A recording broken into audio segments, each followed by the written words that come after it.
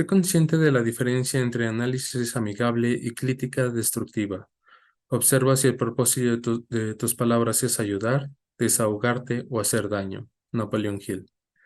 Distinguidos ponentes y asistentes, es un honor darles la más cordial bienvenida al tercer Congreso Internacional en Evaluación y Dirección Ética de Proyectos Públicos y Sociales, organizado por la Facultad de Estudios Superiores Aragón de la Universidad Nacional Autónoma de México, UNAM. Los acompaña su servidor Ricardo Won Gibarrón a nombre del comité organizador de este congreso. Me complace acompañarlos en la conducción de este evento. Agradezco su participación en este espacio virtual en el que nos encontramos reunidos desde diferentes partes del mundo para compartir conocimientos, explorar nuevas ideas y experiencias en esta conferencia llamada Para ver cine chido, instrumento de crítica y análisis desde Roma, a Blue Barbie Heimer. La especialista es la siguiente. Yolanda Angelina Altamirano Sánchez es doctora en Ciencias de la Administración por la UNAM, maestra en Tecnologías de Información y Administración, maestra en Realización Cinematográfica y además certificada como Project Manager Professional por el Project Manager Institute y diversos diplomas. Se destaca por su experiencia de más de 17 años de educación a profesionistas y estudiantes de licenciatura, maestría y posgrado en diversas materias del área económica, administrativa, de la ingeniería. Coordina más de 27 generaciones de diplomados en la UNAM, en el cual se ha desarrollado más de 140 proyectos sociales y educativos, promoviendo el voluntariado para proyectos sociales. Fundadora e integrante de la licenciatura de Economía de SUADEI de la FES Aragón. Ha publicado diversos libros de texto y publicaciones de investigaciones científicas, galardonada por el Honorable y Benemérita Sociedad Mexicana de Geografía y Estadística con la Medalla Benito Juárez 2011 por su labor de proyectos sociales. Aunado a lo anterior, es conferencista internacional en congresos sobre administración de proyectos, ética, desarrollo humano, negocios, finanzas, educación, cinematografía e ingeniería. Posee vasta experiencia aplicada como consultor senior, con más de 20 años de desarrollo de modelos de ética e integridad, arquitectura empresarial, dirección general, procesos de negocios, gestión de cambio, coaching directivo, intervención organizacional, dirección de proyectos empresariales, gubernamentales, sociales y educativos. Además, es cineasta independiente de obras con propósitos sociales y educativos, siempre interesada por la difusión de la cultura y promover la conciencia acerca de los problemas sociales y humanos. Es además directora y productora de cortometrajes. Le cedo la palabra al especialista. Muchas gracias a todos y muchas gracias a la Facultad de Estudios Superiores Aragón y al comité organizador y académico que me brindan este espacio. Pues bien, el título de la conferencia Para ver cine chido, que es en realidad un instrumento de crítica y análisis, y para ello voy a hablar de varias propuestas cinematográficas comerciales, que es desde Roma, de Cuarón, a Blue Beetle, Barbie y Oppenheimer. En este sentido, Chido en realidad representa algunas etapas sobre las cuales vamos a hacer un análisis. Y quiero que ustedes me acompañen a lo largo de esta exposición con algunos análisis. Esta conferencia está basada en una investigación sobre la cual se desarrolló un instrumento crítico analítico para la conformación de productos mediáticos, y el interés que tenemos para este congreso es sobre aquellos productos cinematográficos que tienen presupuesto público. El objetivo de aprendizaje de la conferencia es reflexionar sobre el impacto cultural y la responsabilidad ética y social de los realizadores cinematográficos, la corresponsabilidad que tiene el Estado, la regulación audiovisual y el ejercicio ciudadano de los derechos de las audiencias. Aquí vale la pena hacerse una pregunta. ¿Cuál es el impacto cultural y la influencia que ejerce el cine sobre la ciudadanía? Que desde la perspectiva audiovisual se les llaman audiencias. Y aquí es donde empieza la palabra chido.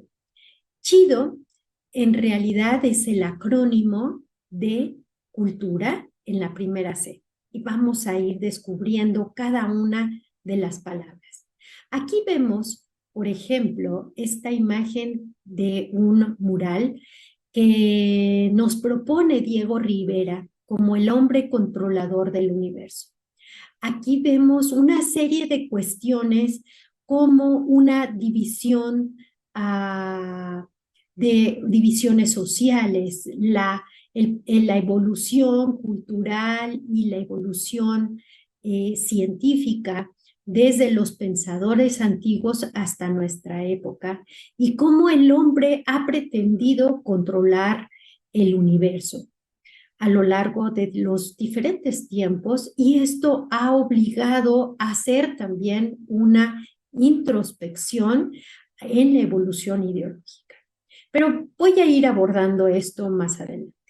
Cuando hablamos de cultura, tenemos que, por fuerza, apelar a la definición. ¿Qué es la cultura? Pues bien, la RAE nos dice que es un conjunto de modos de vida y costumbres, conocimientos y grado de desarrollo artístico, científico e industrial en una determinada época de algún grupo social. Pero por otro lado, tenemos algunos autores como Mercedes Charles, que nos dice que es la cosmovisión, las actividades y las prácticas sociales a través de las cuales los hombres se relacionan con la naturaleza, consigo mismo, con otros hombres y con el mundo en general, con el objeto de dar coherencia a la realidad que los rodea y proporcionar significación a su existencia. En este sentido, bien vale preguntarse, ¿cuáles son aquellas categorías sobre las cuales está inmersa el cine y que nos ofrece una construcción cultural? Pues bien, tenemos primero una construcción cultural referida a las élites. Estas élites que son las élites educadas, a las élites que van a conciertos de ópera, a museos, a galerías, que viajan por el mundo y que tienen acceso a educación privilegiada. En este sentido, dentro del cine se apela a algunas de estas ideologías en donde la élite cultural o cultivada tiene una gran influencia. Luego tenemos una construcción cultural popular. Es esta que deriva de los pueblos originarios con raíces ancestrales, pero que sin embargo en realidad solamente tenemos los vestigios, porque de aquello tras la colonización, pues nos damos cuenta que solo persisten algunas costumbres y que perduran en el tiempo en el imaginario, y que de alguna forma se explotan en el cine y no necesariamente responden a lo real, sino al imaginario, y que nos promueven las imágenes como una naturaleza real, pero en realidad son construidas. Y bueno, ustedes se han de acordar de esta propuesta de James Bond, en donde en México se desarrolló esto que es el desfile de las Catrinas, el desfile del Día de Muertos, que antes de esta película realmente no existía, y a partir de ese momento se empieza a perpetuar. Bien, luego tenemos otra categoría que es la categoría de las masas. Esto ha orientado principalmente hacia una economía de consumo, en donde se promueve un status quo, una costumbre relativa a todo lo que tiene que ver con insumos, productos y también con esto que tiene que ver con turismo, viajes, pero siempre orientado a una imagen eh, de lujo, una imagen de consumismo. Luego tenemos una cultura que le podemos llamar o una construcción cultural alternativa o contracultural, que por cierto, estas construcciones culturales derivan de otras latitudes, es decir, vienen desde otros países y normalmente otra vez estos países son países con un alto desarrollo tecnológico y económico. Por otro lado, tenemos la cultura oficial, esta que nos ha sido inculcada desde etapas de preescolar y a lo largo de todos los años de educación, y esto se le denomina la cultura oficial o la corporativa del Estado. Sin embargo, por otro lado, hemos visto que a lo largo de las nuevas propuestas cinematográficas también empieza a haber algo que es una construcción criminal. Esta construcción criminal en donde se empieza a ver normalizado cómo se ocupan imágenes altamente detalladas y con una sobreexposición de imágenes y normalización de imágenes criminales, ¿no? Y donde se hace ver a criminales como un ejemplo heroico o a veces incluso como una imagen a imitar. Y por otro lado tenemos esta construcción cultural globalista, pero también transhumanista. Y aquí entra donde hay una sobreexposición a imágenes y visualización y con ello hacer una similitud o una simbiosis entre lo que es ser humano y ser robot, entre la inteligencia artificial, la biomédica, la nanotecnología y exponer como algo deseable esto que debe de perdurar en adelante como evolución, como un uso transhumanista de todo lo que es la evolución de la ciencia. Y bien, en todo esto nos podríamos preguntar, al final de cuentas y en todas estas categorías de construcción cultural, ¿cómo es que tiene que ver la hegemonía? Y aquí voy a pasar a la siguiente imagen. La hegemonía es esto que estamos viendo a través de la obra de Cuarón, que son algunos fragmentos y pósters de la película de Roma, en donde se nos presenta a una mujer indígena, la cual tiene un rol dentro de la película como servidumbre. ¿Servidumbre de quién? Pues de los blancos. No nos habla de la película, en la película de una mujer que sale adelante, de que se desarrolla, que hace pleno uso de todos sus derechos humanos, donde se le dignifica, sino sí se le representa como una heroína, pero dentro de este estatus, dentro de este rol y dentro de una hegemonía dominada por los blancos, en donde no se le va a permitir un nuevo nivel de reconocimiento cultural o dignificación, únicamente como una heroína de su pequeño rol, ¿no? Como servidumbre de una familia. Bien, luego tenemos entonces, ¿qué es la hegemonía?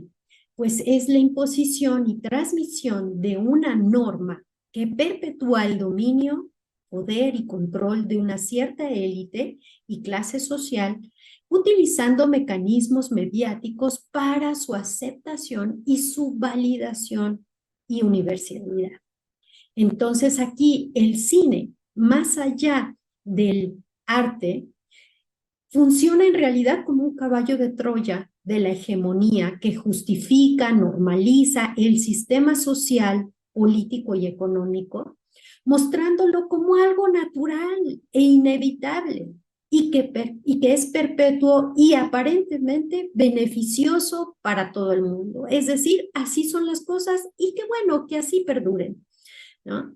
Entonces, pues esto es lo que vemos al final de la película de Alfonso Cuarón. Y ustedes van a poderlo ver en esto que representa el instrumento chino.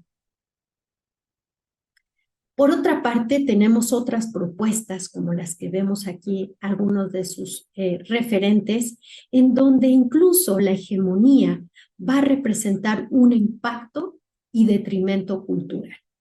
Por ejemplo, tenemos la película de No Manches Frida, en donde se observa a un maestro poco formal, en donde ya sabemos la historia en que termina, que es un infiltrado social, y que los alumnos pues pueden hacer de las suyas dentro de la escuela que carece de disciplina y de los medios necesarios para su educación.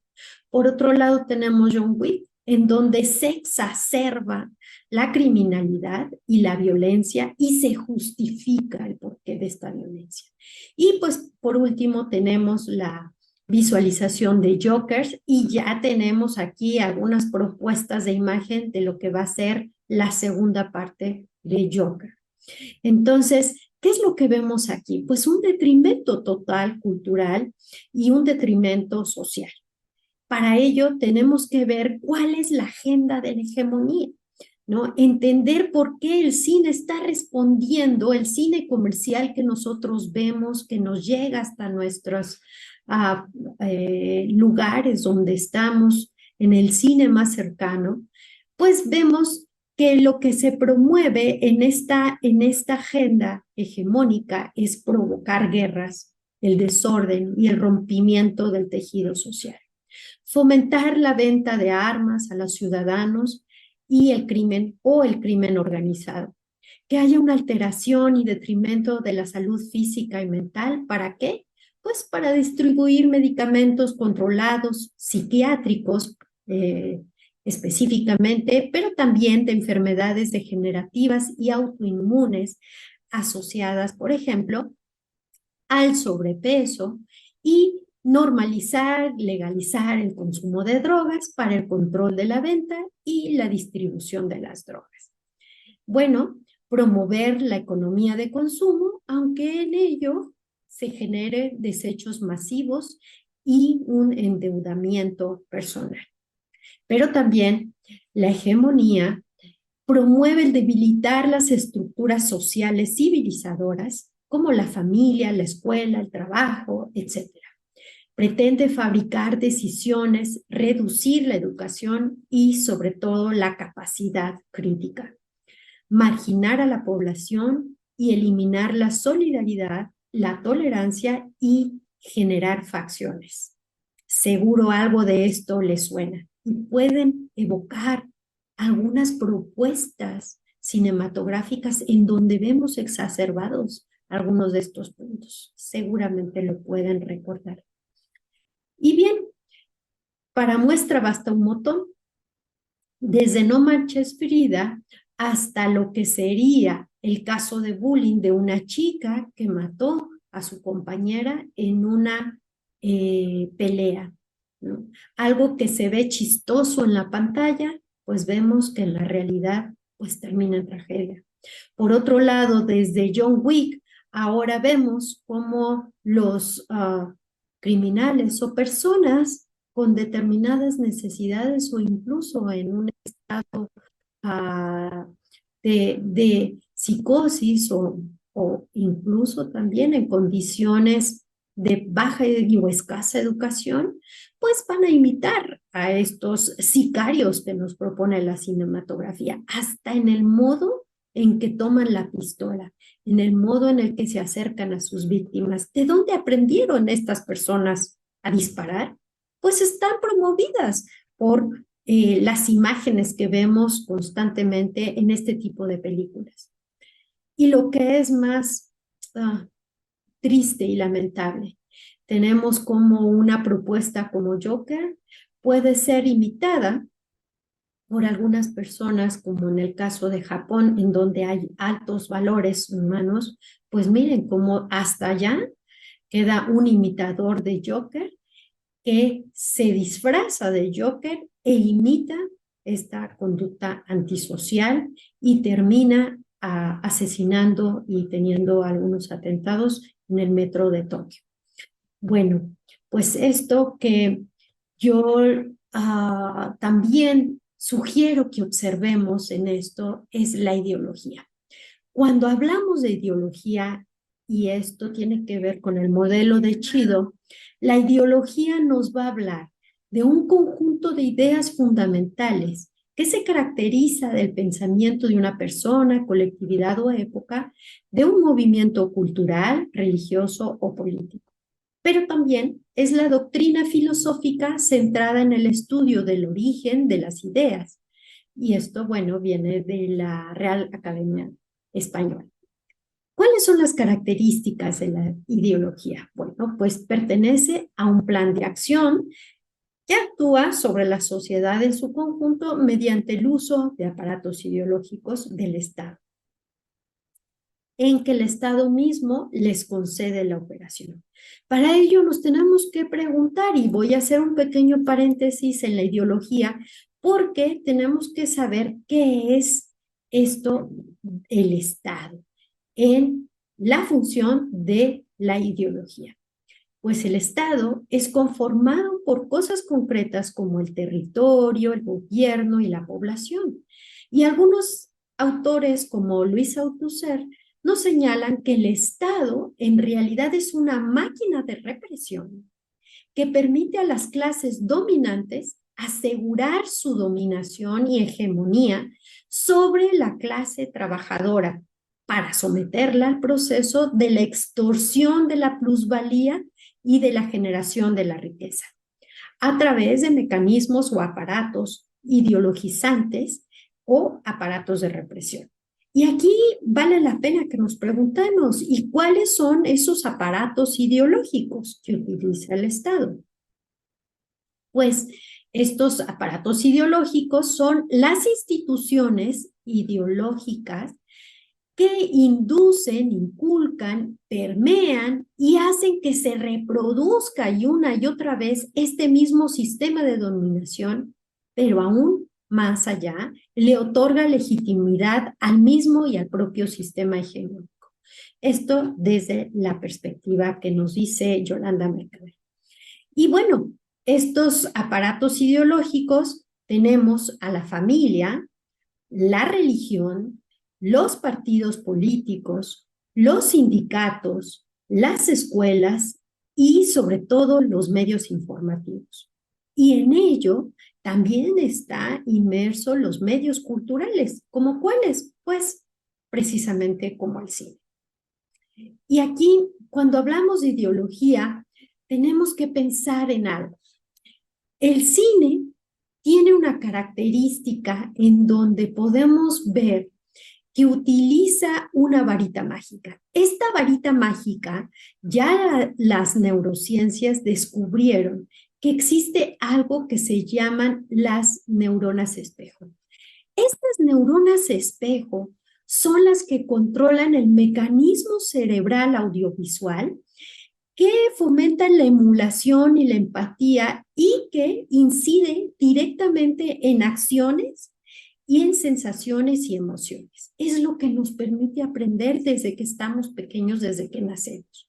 Y estas neuronas espejos, pues son las que provocan que el cine, que se vea desde una perspectiva tal vez de ficción y decimos, eso nada más existe del otro lado, en la pantalla, ¿no? En la ficción, desde un set, ¿sí? Pero ¿cuál es el problema? Que los efectos de esto, del cine, nos hace que tenemos elementos mezclados en donde el cerebro o para el cerebro literalmente no hay diferencia entre la ficción y la realidad. Y entonces contaminan de cuestión criminal, pues, la cultura contemporánea. Y bueno, aquí vemos cómo las propuestas en series, en el cine, en la televisión, en revistas, en algunos sketch o cortos, o también a través de YouTube, etcétera, pues podemos ver que nos hablan acerca de cómo ser un narcotraficante, pues nos va a traer mucho dinero. Y si somos mujeres y podemos ser punchonas o novias de estos narcotraficantes o apoderarnos del territorio, pues vamos a ser muy guapas y además vamos a tener mucho dominio y control y poder y vamos a tener mucha atracción. Y bueno, aquí se expone incluso como algunas chicas en El Señor de los Cielos, pues podemos ver a una serie de chicas que incluso pueden estar aspirando o pretendiendo ser estas novias de narcotraficantes. Y esto nos genera ya una emulación directa, incluso que se va a la realidad. Y aquí tenemos esto que es de la realidad. Esto viene en los noticieros, ¿no? Cómo algunos papás incluso ven normal, ¿por qué no? O sea, que los niños aprendan en una fiesta simulando a sicarios y secuestradores y cómo esto puede ser normalizado, verse chistoso o deseable y bueno, no se miden las consecuencias que esto tiene en la neurocognición y en la conciencia. Y con esto vamos a la parte de chido como la D, porque tenemos que hablar por fuerza de los derechos. Y aquí tenemos algo que muy pocas personas conocen y sin embargo es algo que todos los que vemos el cine, la radio, la televisión, las revistas, nos llamamos audiencias y para ello tenemos la Ley de Derechos de las Audiencias. Y nos dice, son derechos de las audiencias del servicio de radiodifusión y servicio de televisión y audio restringidos, el respeto de los derechos humanos, el interés superior de la niñez y la igualdad de género. Puntos suspensivos porque vienen más cosas relativas a esto, que son los derechos humanos. Y aquí también tenemos que preguntarnos, vuelvo al Estado, ¿cuál es la responsabilidad del Estado en proteger nuestros derechos en la regulación audiovisual? Y pues bien, el Estado debe de garantizar que las producciones mediáticas eviten, fomenten estereotipos negativos y conductas perjudiciales para la salud física, emocional y mental de la sociedad. Y esto lo podemos vislumbrar en la Ley Federal de Cinematografías. La pregunta es, ¿qué está haciendo el Estado al respecto, no? Y pues lamentablemente esto es como dice en algunos complementos o medicamentos, el consumo de este producto es responsabilidad de quien lo consume y de quien lo recomienda. De manera que el Estado se zafa, se limpia las manos y dice, yo no voy a censurar, no voy a regular y no voy a someterlo a ningún tipo de sesgo o no voy a eliminar esas tipos de producciones. Y bueno, tenemos dentro de la ley de cinematografía algo que es la ley de derechos de la industria cinematográfica. Y esta ley lo que hace también es ofrecer fondos y recursos públicos para la producción de propuestas cinematográficas. Y aquí vamos a la corresponsabilidad de los realizadores. ¿Y qué nos dice la Ley Federal de Cinematografía al respecto? Bien, los realizadores y el Estado se comprometen a trabajar conjuntamente para promover una industria cinematográfica comprometida con la educación, con el enriquecimiento cultural y la promoción del bienestar. Y bueno, les pongo allí los capítulos y artículos en donde se extraen este tipo de derechos y nos habla claramente y está ahí en la ley lo que deben de hacer los realizadores cinematográficos. Y bueno, no me voy a extender sobre esto que son los fundamentos de los derechos de las audiencias, pero están vertidos tanto en la Constitución Política de los Estados Unidos Mexicanos, en la Ley General de los Derechos de las Niñas, los Niños y los Adolescentes, en la Declaración Universal de los Derechos Humanos, en el Pacto Internacional de Derechos, en la Convención de los Derechos del Niño. La UNESCO nos habla de la Declaración de los Principios Fundamentales relativos a la contribución de los medios de comunicación de masas al fortalecimiento de la paz y de la comprensión internacional, entre otras cosas, ¿no? Y tenemos los lineamientos de clasificación de contenidos audiovisuales y los lineamientos generales de accesibilidad. Estos apenas son algunos. Sin embargo, tenemos muchos más en los cuales hay un fundamento de los derechos de las audiencias.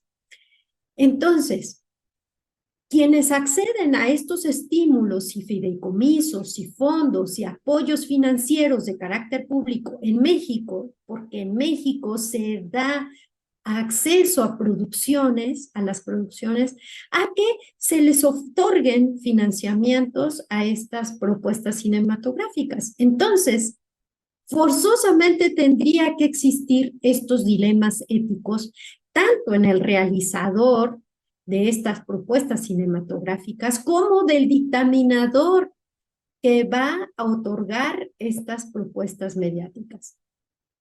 Y el dilema es apoyar la ideología hegemónica del consumismo y el interés comercial versus comprometerse a lo que nos dice la ley y que está plasmada en nuestra Carta Magna, y comprometerse con la educación, el enriquecimiento cultural y la promoción del bienestar social.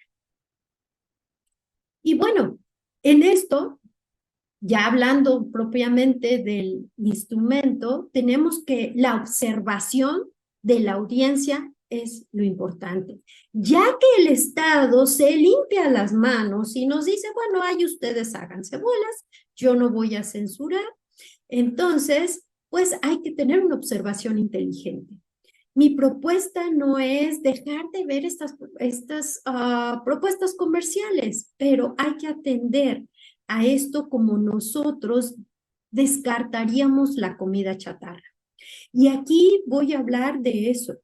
Cuando nosotros hablamos de propuestas cinematográficas que no nos invitan a una construcción digna del ser humano, en nuestras emociones, en el intelecto, en cómo vemos y nos relacionamos con otros en la realidad, entonces son productos chatarra.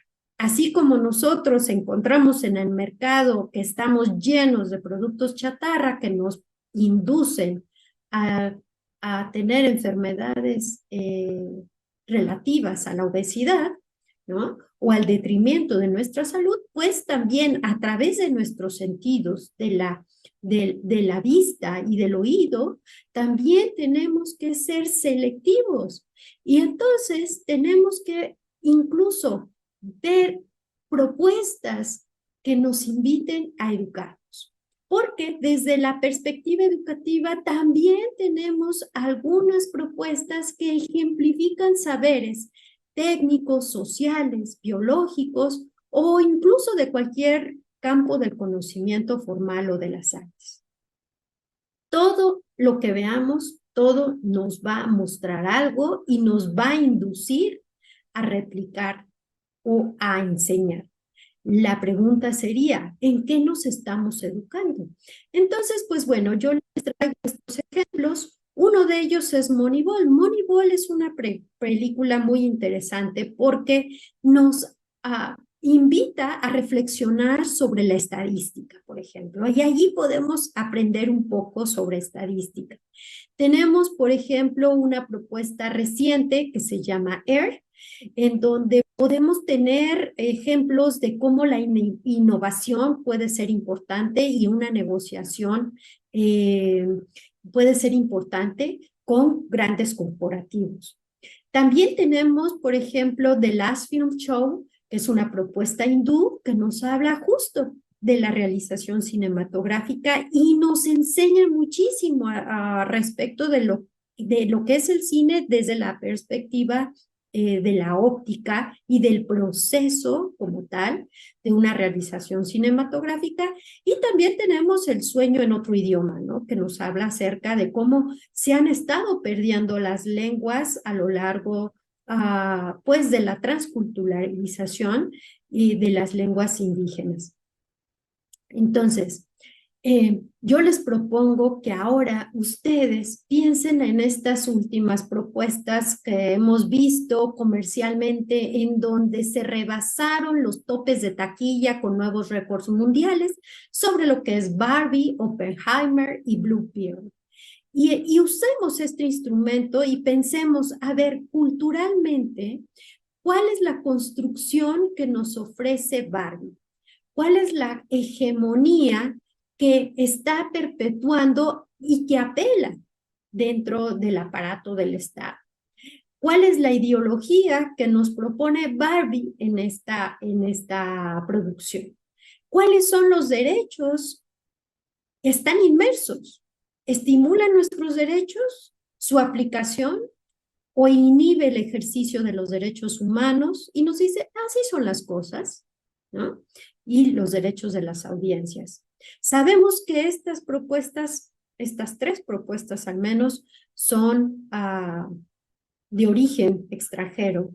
Pero yo lo que quiero es invitarlos a que reflexionemos y seamos selectivos. Y que cuando veamos una propuesta, ok, ya la vimos, ahora vamos a pasarla por este instrumento de Chile, ¿no?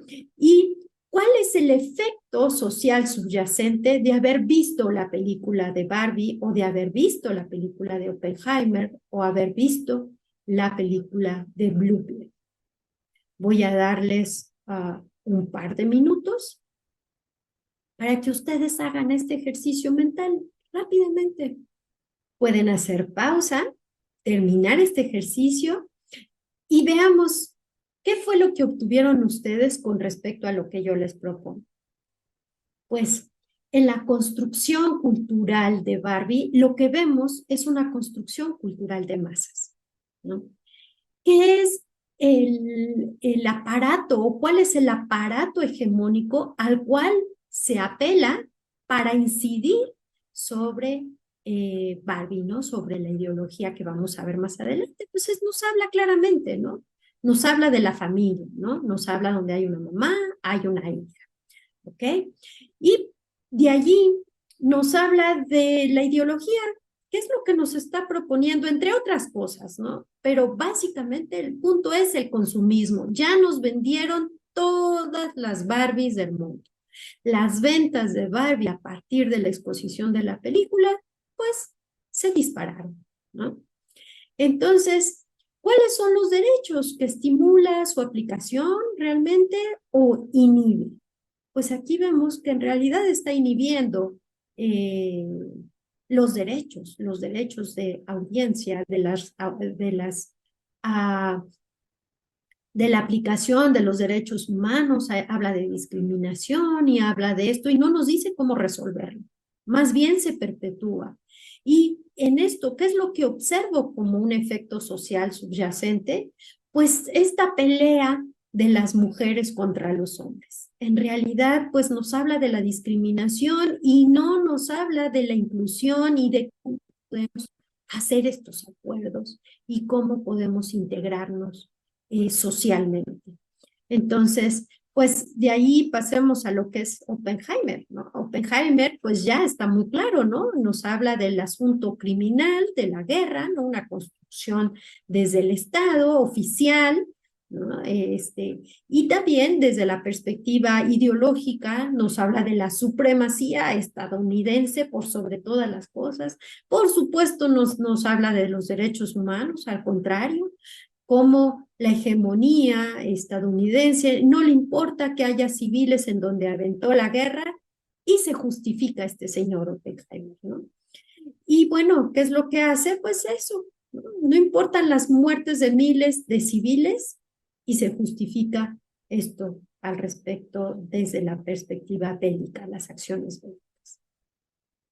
Luego tenemos la propuesta que nos ofrece Blue Beetle, y pues nos habla de una cultura popular de masas y transhumanista, ¿no? Esto que es la simbiosis entre el ser humano y la tecnología, ¿no?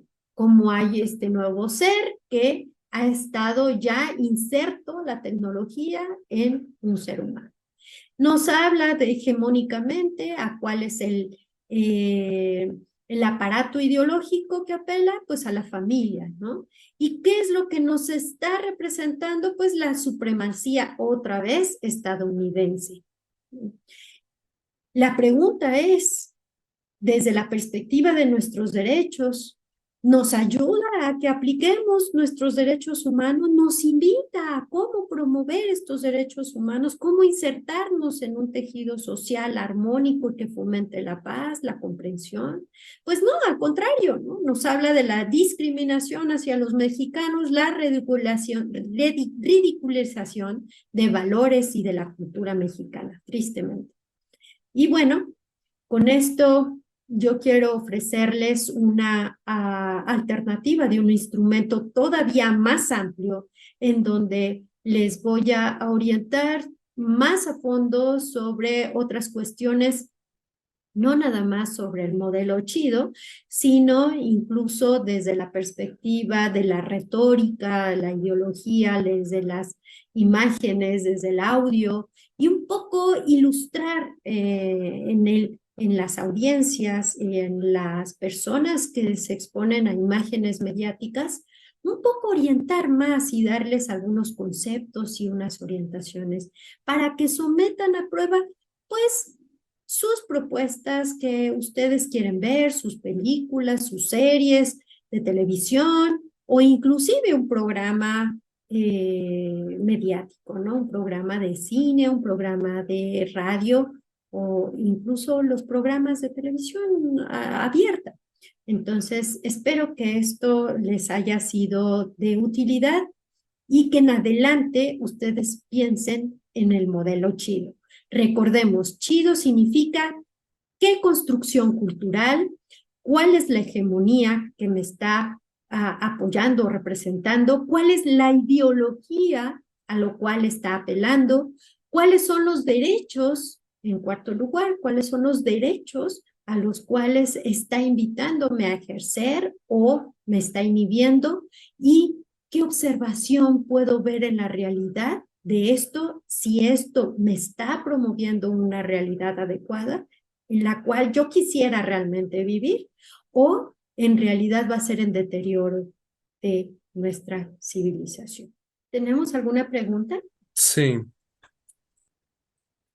eh, desde su punto de vista, ¿cuál considera que ha sido la película o corto que ha tenido un impacto negativo y cuál sería una película o cortometraje que ha tenido un impacto positivo? Muchas gracias. Viendo el instrumento, ¿no? Me parece que Agua para Chocolate, por ejemplo, es una película altamente educativa en muchos sentidos. Nos habla de muchas hegemonías y de cómo se ha perpetuado esto que son las conductas machistas desde la familia, pero también nos habla del amor, pero también nos habla de la revolución y también nos habla de los roles que se tienen familiares. Entonces, esta es me parece una buena propuesta.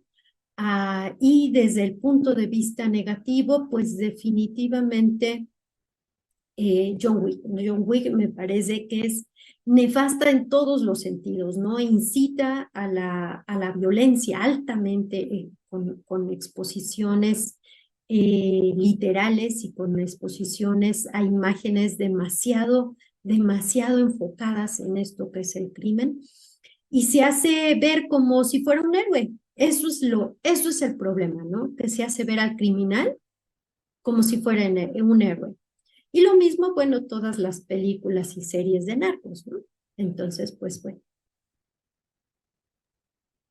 Perdón, también contamos con la siguiente pregunta que es, ¿Cómo se utiliza el color en la película para transmitir emociones o temas específicos? Justamente cuando hablamos de una imagen que es luminosa, el cerebro lo detecta como algo deseable, algo que es bueno o que podría ser bueno, ¿no? Y cuando ponemos en la colorimetría imágenes azules, oscuras, pues algo que nos está avisando ya de por sí y le dice al cerebro que esto es algo que hay que temer, es algo que nos debe de causar algún tipo de temor y también de aversión, ¿no? Entonces, eh, también de esa manera, pues con el color, ¿no? Y la exposición de la luz también, podemos hablar de esto que va a representar las ideologías, ¿no? También los determinados colores, ¿no? Usar el amarillo, el azul, verdes, los rojos, cada uno de ellos va a tener un significado diferente. ¿De acuerdo? También contamos con la pregunta, ¿qué considera que tiene más impacto al transmitir una emoción? ¿La música o los colores o la imagen en sí? Es una muy buena pregunta, Ricardo, porque recordemos que el cine viene del cine mudo, ¿no?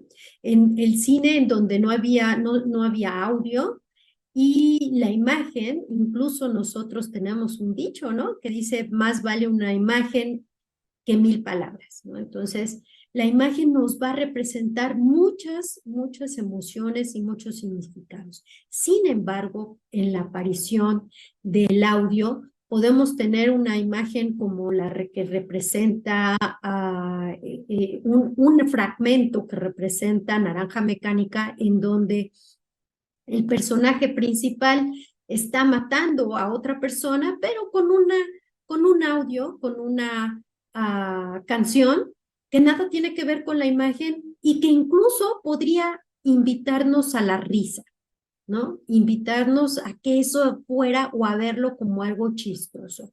Entonces, esa distorsión entre lo que estamos viendo y percibiendo con una alteración auditiva puede distorsionar totalmente la percepción y la cognición y por ello, pues también cómo percibimos y normalizamos muchas cosas, ¿no? De acuerdo. También tenemos la pregunta, ¿cree que el cine mexicano ha tenido un impacto amplio en el cine internacional? Desafortunadamente, eh, el cine mexicano se ha quedado rezagado. Y se ha quedado rezagado, pues, a partir de ciertos periodos económicos en donde se nos limitó en el desarrollo de producciones audiovisuales e incluso en México es sorprendente cómo ocupamos el tercer lugar y a veces el cuarto lugar entre todas las producciones audiovisuales, pero desde la perspectiva de consumo. Es decir, después de China, por obvias razones, India, Estados Unidos, el cuarto lugar de consumo de propuestas mediáticas las tiene México. México ocupa el cuarto lugar de consumo a nivel internacional de todo lo que se produce en el mundo. Y uno se preguntaría, ¿por qué estamos en el 30 y tantos lugar de producción? O sea, estamos totalmente desequilibrados con respecto a lo que consumimos y a lo que producimos. Y esto pues se debe desafortunadamente pues a nuestros vecinos, ¿no? Entonces todo lo que nos llega de Estados Unidos lo comemos, lo consumimos. Lo que nos llega de las producciones, incluso algunas industrias están ya infiltrando en nuestras películas, ¿no? Vienen, nos la traducen y pues nos las presentan y las consumimos. Tenemos producciones chinas que también nos están ya mandando, ¿no?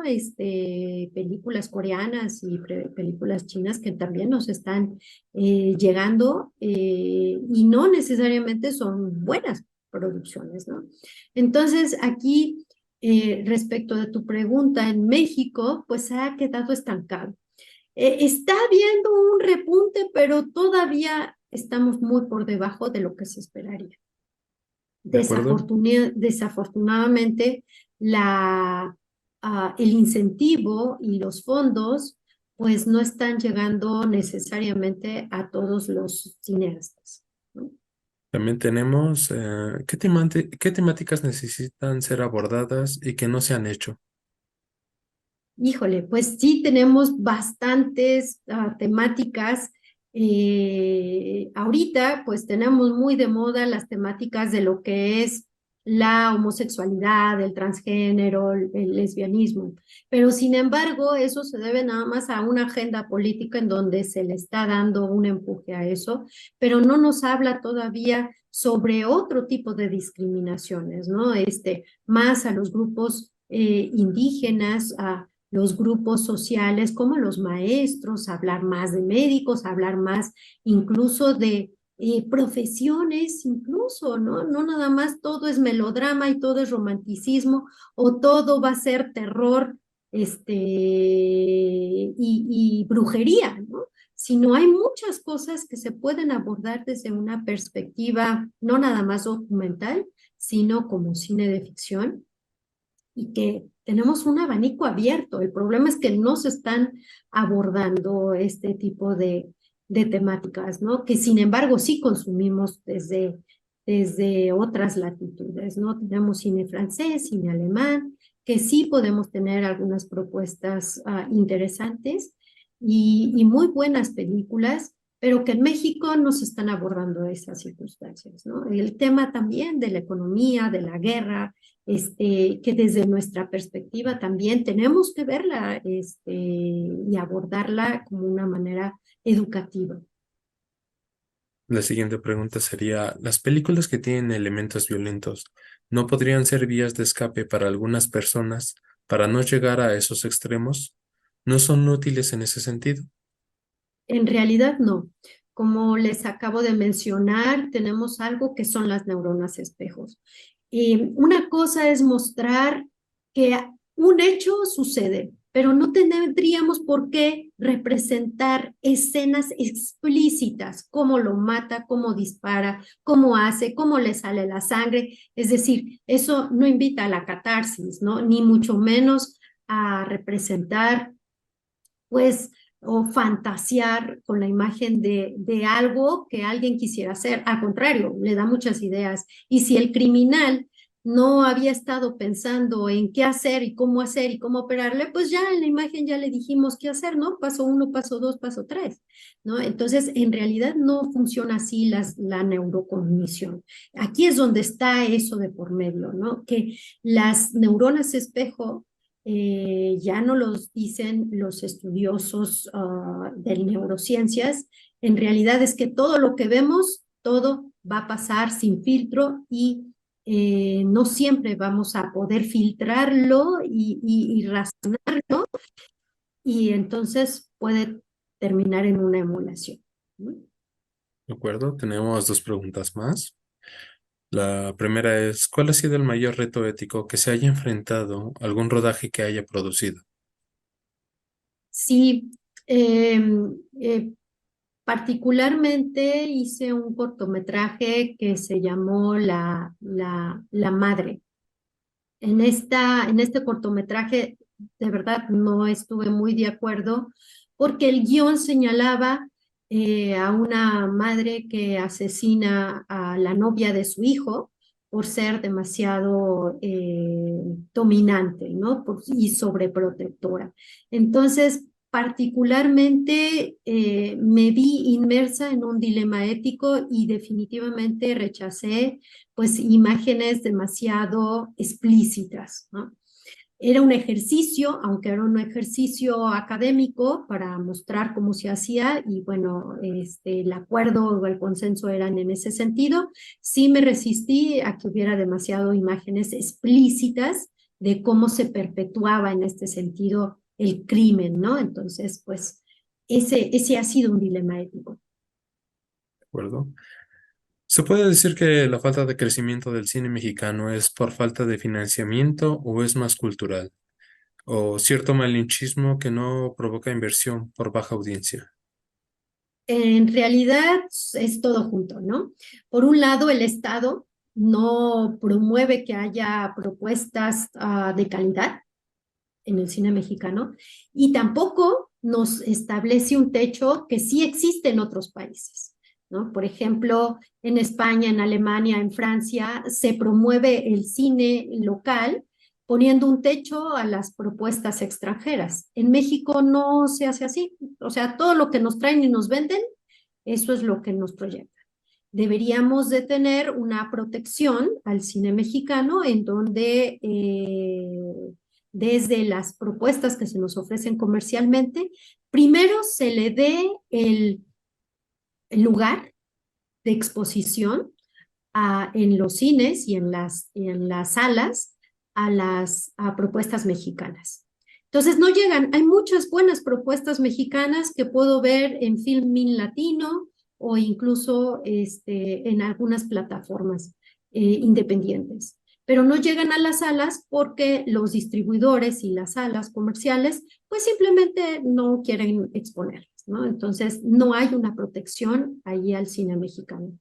Y por otro lado, también existe esto que puede ser el malinchismo, pero también no existe como tal un apoyo, por ejemplo, para la difusión, ¿no? Se invierte muchísima cantidad de dinero en lo que es la publicidad de estas propuestas extranjeras y sin embargo no se le dan los apoyos y el financiamiento para las propuestas mexicanas y que tengan también estos financiamientos a la publicidad y a la distribución. Entonces, ¿cómo vamos a saber de una película y cuál es su propuesta y dónde la van a transmitir si desde la publicidad ni siquiera sabemos que existe, ¿no? Entonces, sí es una serie de factores, pero todas asociadas desafortunadamente a que el Estado no está haciendo lo suyo, ¿no? El Estado, como dije, se está lavando las manos y dice, pues sí, ahí te va una lanita y pues una que otra propuesta, pues ahí está,